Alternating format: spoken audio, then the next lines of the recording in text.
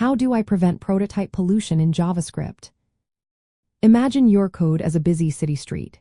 If someone can change the street signs, they can redirect traffic and cause chaos. That's what prototype pollution does in JavaScript.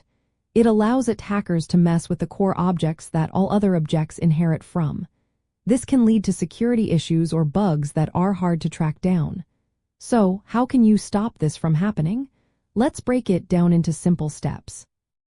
First, always check and clean user inputs before merging them into objects. Attackers often use special property keys like proto or constructor prototype to manipulate prototypes.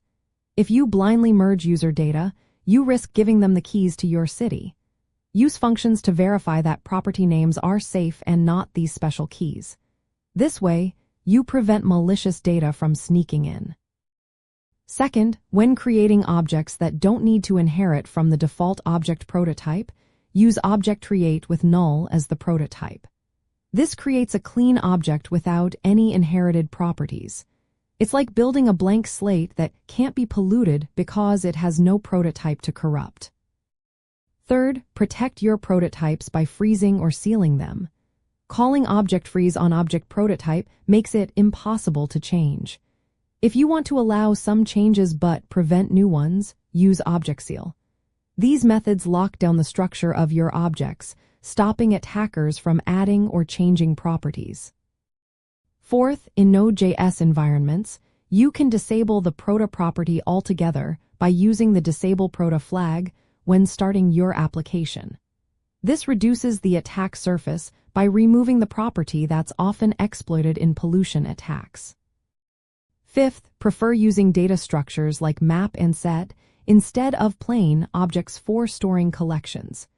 These structures do not rely on prototypes in the same way and are less vulnerable to pollution. They're safer and more predictable for managing data. Sixth, keep all your dependencies updated. Many libraries have fixed known prototype pollution vulnerabilities. Using the latest versions ensures you benefit from these patches and reduce your risk. Finally, adopt safe coding practices.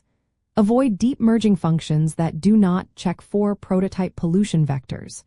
Use libraries that handle these issues internally or write your own merge functions with validation steps built in. This extra layer of caution helps keep your code secure.